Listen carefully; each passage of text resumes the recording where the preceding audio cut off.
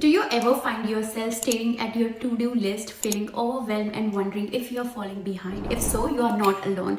In today's fast-paced world, the pressure to be constantly productive can leave us feeling guilty, anxious and frustrated. But what if I told you there is a way to break free from this cycle and discover joy and fulfillment irrespective of your accomplishments? In this video, I'll share insights from a transformative book that changed my perspective on productivity. I didn't do the thing today on letting go of productivity guilt by Madeleine Dore. Stick around for practical takeaways and how I applied them to my life as we head into 2024. Madeleine Dore, she's the writer, podcaster, and speaker, and she dives into the intersection of creativity, work, and well-being in her book. She wrote this book after experiencing a burnout and realizing that she was trapped in a cycle of perfectionism and guilt. She decided to challenge herself and her readers to rethink productivity, us to break free from the perfection trap and question the internalized and societal pressure of capitalism. One of the quotes that resonated with me the most was this one: productivity is not a measure of our worth, nor it is a measure of our happiness. It is simply a tool that can help us achieve our goals, but it is not the goal itself. This quote reminded me that I don't have to base my self-esteem and happiness on how much I do or achieve, but rather on how I feel and what I value.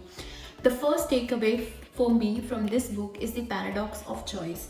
Dore explained how too many options lead to decision fatigue, affecting creativity and productivity. She suggests that we can overcome this by building our decision-making muscle, embracing imperfections, and recognizing that there is no such thing as universally right decision. Also recommended using the 10-10-10 rule, where we ask ourselves how we feel about our decisions in 10 minutes, 10 months, and 10 years' time. This can help us focus on the long-term consequences and avoid regret. I used to struggle with decisions, especially in work and personal projects. Implementing the 10-10-10 rule made a noticeable difference, helping me make choices more confidently and efficiently. I was able to make decisions faster and easier, and I felt more confident and satisfied with them. Second lesson from this book is the comparison trap, and that there is no secret to productivity, that we are often set up to fail by unrealistic expectations and comparisons to others. The author argues that productivity is not a fixed or universal concept, but a subjective and personal one. What is productive for me may not be productive for you, and what is productive in one situation may not be productive in another. Therefore, we should not judge ourselves or others based on the external standards or norm, but based on our own values and goals. This lesson resonated with me because I used to compare myself to other people all the time. I used to think that I had to do everything that they did or even more to be successful and happy. I used to follow their advice sometimes blindly without considering if it suited my personality, lifestyle or preferences. I used to feel guilty and ashamed if I didn't do as much as they did, or if I did something different from them. I can give you a recent example of my YouTube channel. When I started, I was feeling like I'm not doing enough. People are posting content every day or alternate days, but this was making me crazy that I wasn't able to achieve that, or I wasn't doing enough. But after reading this book, I realized that this was not healthy or helpful. I realized that I had to find my own definition of productivity based on what mattered most to me. I realized that I had to set realistic and achievable goals for myself based on my own abilities and resources. I realized that I had to stop comparing myself to others and focus on my own progress and improvement. So what did I do? I started by writing down my values and vision for my life, what I want to achieve, what I want to contribute to, what I want to enjoy, and then I wrote down my goals for each area of my life, whether it comes to work, health, relationships or hobbies. By doing this, I was able to create my own productivity system that worked for me. I was able to focus on the things that matter most to me and avoid distraction and interruptions. I was able to measure my success based on my own standards and not by one set by others. And most importantly, I was able to feel more satisfied and fulfilled with what I did every day. The third takeaway is the power of doing nothing. Now let's dive into a game-changing concept the author unfolds: the power of doing nothing. Ever catch yourself feeling guilty, thinking you're wasting time or being lazy when you take a break? The author empathetically tells us that's far from the truth. In fact, doing nothing isn't just acceptable,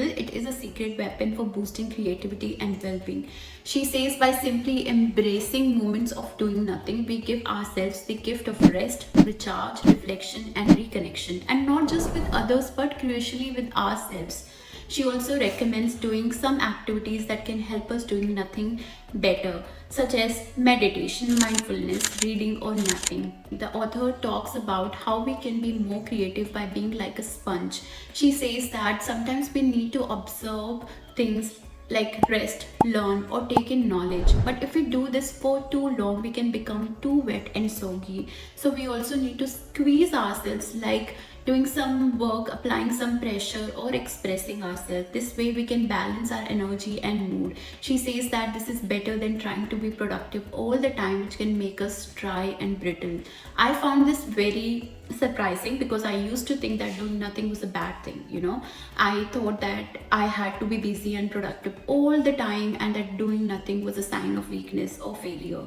I felt guilty and anxious when I did nothing, and I always tried to fill my time with something. I decided to try doing nothing, and I was amazed by the results. I was able to relax, recharge, and enjoy myself. I also noticed that I had more ideas, insights, and solutions for my work and personal projects.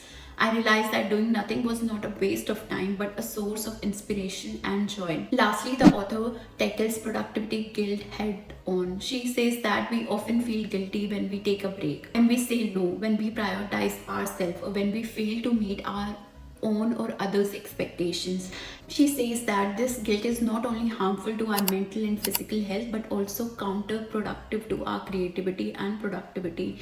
She says that we need to learn to forgive ourselves, to accept our limitations, and to respect our needs. She says that we need to remember that we are human, not machines, and that we deserve compassion and kindness. I want to tell you a story that shows how this book helped me.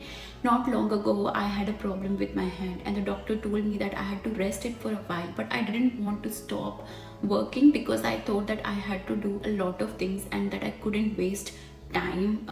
For 2 weeks, I ignored the pain and kept working, thinking I can't afford to step back. There is so much to do, but then something bad happened. I got very sick, my hand got worse, and I couldn't work at all. I felt very guilty and angry, thinking how could I take a break when things are very busy. It took me some time, but I had to remind myself every day that if my body needs rest, it's not a weakness but a necessity.